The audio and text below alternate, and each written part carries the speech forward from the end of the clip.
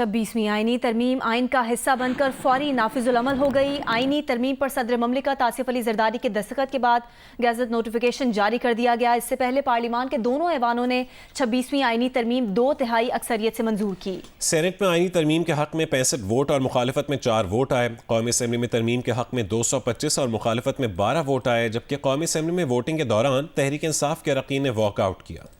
तर्जुमान इस्तेहकाम Pakistan party फिरदौस आशिक अवान सियालकोट में media से गुफ्तगू कर रही हैं कि पाकिस्तान को आगे बढ़ना है, यहाँ शख्सियात परस्ती और पूजा करके जो लीडर्स को, सियासी लीडर्स को, कोई मुर्शद के नाम पे गुमराह हो गया, कोई जो है लीडर को लीडर नहीं रहने दिया, उसको नाउज़ बिल्ला कोई आसमानी मखलूक का दर्जा दे दिया गया।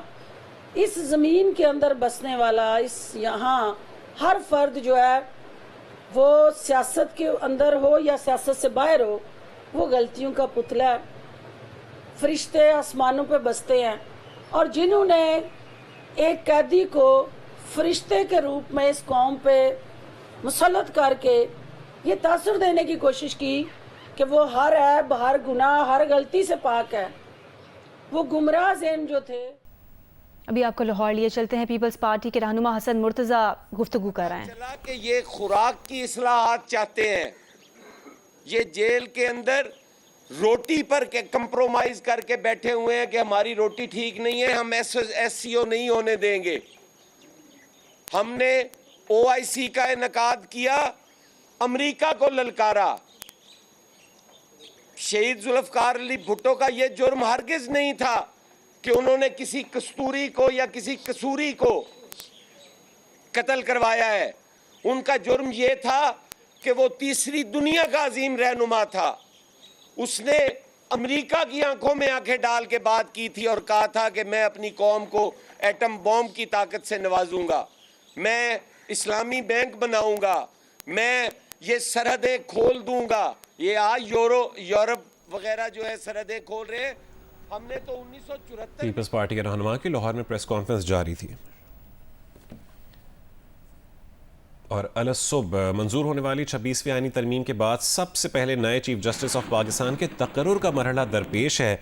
आईनी तरमीम के बाद नए चीफ जस्टिस का तकर्रुर किए जाने वाले चीफ जस्टिस की रिटायरमेंट से 3 दिन पहले करना लाजमी है।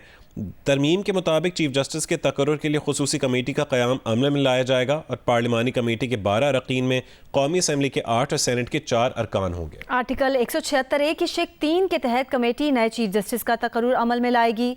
पार्लिमानी कमेटी सुप्रीम कोर्ट के 3 सीनियर तरीन जजेस में से किसी एक जज को चीफ जस्टिस मुकर्रर करेगी। खुसूसी पार्लिमानी कमेटी चीफ जस्टिस पाकिस्तान का नाम वज़ीर आज़म को इरसाल करेगी और फिर वज़ीर आज़म चीफ जस्टिस के तकर्रुर की एडवाइस सदर को भिजवाएंगे।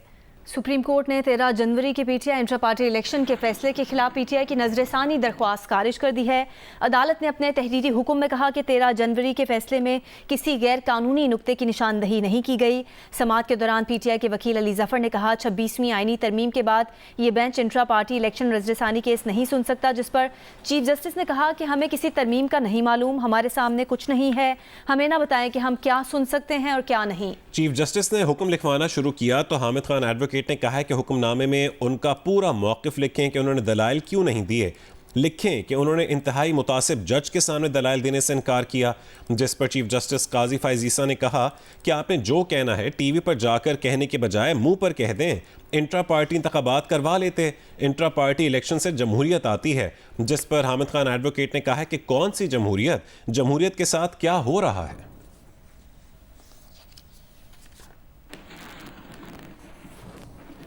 सुप्रीम कोर्ट में मुसाबकती कमीशन से मुतालिक हाई कोर्ट के फैसले के खिलाफ अपील की समाअत हुई है, जिसके दौरान जस्टिस मंसूर अली शाह ने सवाल किया कि ये केस अब आईनी बेंच में जाएगा या हम भी सुन सकते हैं। अब ये सवाल सुप्रीम कोर्ट में रोज़ उठेगा कि केस आम बेंच सुनेगा या आईनी बेंच। बैरिस्टर फरूक नसीम ने कहा कि सियासी केसेस अब आईनी केसेस बन चुके हैं, जिस पर जस्टिस आयशा मलिक ने मुस्कुराते हुए कहा कि चलें जी, अब आप जाने और आपके आईनी बेंच जाने, नई तरमीम पढ़ लें, आर्टिकल 199 वाला केस भी यहाँ नहीं सुन सकते। जस्टिस मंसूर अली शाह ने कहा कि 3 हफ्तों तक समाअत मुलतवी कर रहे हैं, तब तक सूरत हाल वाज़े हो जाएगी, वैसे भी हमें खुद भी समझने में ज़रा वक्त लगेगा। سابق صدر سپریم کورٹ بار ایسوسی ایشن حامد خان ایڈوکیٹ نے کہا ہے کہ 26ویں آئینی ترمیم عدلیہ پر حملہ ہے. وکلاء تحریک کے لیے ایکشن کمیٹی بنا رہے ہیں, جلد ملک گیر احتجاج کی کال دیں گے. ایک آئینی امینڈمنٹ بظاہر پاس کی گئی ہے اور جس نے آئین کا حلیہ بگاڑ دیا, جس نے عدلیہ کو بے بس اور کمزور کیا اور اس پر بے شمار حملہ ہوا ہے اس آئینی ترمیم میں. لہذا ہم وکلاء اس آئینی ترمیم کو مکمل طور پر مسترد کرتے ہیں. یہ آئینی ترمیم آئین کے بنیادی ڈھانچے کے خلاف ہے. انڈیپینڈنس آف جوڈیشری اور سیپریشن آف پاورز اس کے برعکس ہے. اس کے بارے میں سپریم کورٹ کی 17 ججز کی ججمنٹ موجود ہے کہ ایسی ترمیم جو ہے وہ غیر آئینی سمجھی جائے گی اور وہ آئین کا حصہ نہیں بن سکتی, اور ان کے پاس اختیار ہے کہ اس کو اسٹرائک ڈاؤن کر دیں. ہم فائنلائز جلد کر کے انشاءاللہ ان کی میٹنگ کال کر کے ایک سارے پاکستان میں کال دیں گے کہ ہم نے یہ موومنٹ کیسے آگے لے کے جانی ہے. کبھی آپ کو خبر دیں, مولانا مفتی تقی عثمانی کا کہنا ہے کہ آج مولانا فضل الرحمان کو خراج تحسین پیش کرنے کے لیے الفاظ نہیں مل رہے. مولانا فضل الرحمان دانش مندی سے اس موقع پر ملک و ملت کی رہنمائی کر رہے ہیں. مولانا فضل الرحمان کی اس دانش مندی اور رہنمائی سے کئی اسلامی مقاصد حاصل ہوئے ہیں. مفتی تقی عثمانی نے یہ بھی کہا کہ مولانا کی کوششوں سے ملک شدید سیاسی انتشار سے بچ گیا. سود کے خاتمے, وفاقی شرعی عدالت اور مدارس کا مسئلہ حل ہوا. مدت کے بعد ایسی خوشخبری ملی ہے, قوم کو مبارک ہو. ابھی اپڈیٹ کریں ہم خبر تھے. حکومت پنجاب نے ڈپٹی کمشنرز کو دفعہ 144 کے نفاذ کا اختیار دے دیا ہے. گزٹ نوٹیفیکیشن کے مطابق پنجاب اسمبلی سے مسودہ قانون منظور کر لیا گیا ہے. ڈپٹی کمشنرز اپنے ضلع میں ضرورت کے مطابق 30 دن تک دفعہ 144 لگا سکیں گے.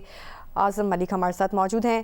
اعظم بتائیے کن کنڈیشنز پر ڈپٹی کمشنرز کو یہ اختیار دیا گیا ہے اور ضرورت کے مطابق کتنے دن تک دفعہ 144 لگا سکیں گے؟ جی دیکھیں, حکومت پنجاب نے 1898 میں ترمیم کی ہے. اس ترمیم کے بعد ڈپٹی کمشنر کو اپنے ضلع میں دن تک دفعہ 144 سے نفاذ کیا ہے, جبکہ دوسرا پنجاب دفعہ 144 کے اختیار ہوگا. 90 یوم سے زیادہ عرصہ کے لیے دفعہ 144 کے نفاذ کا.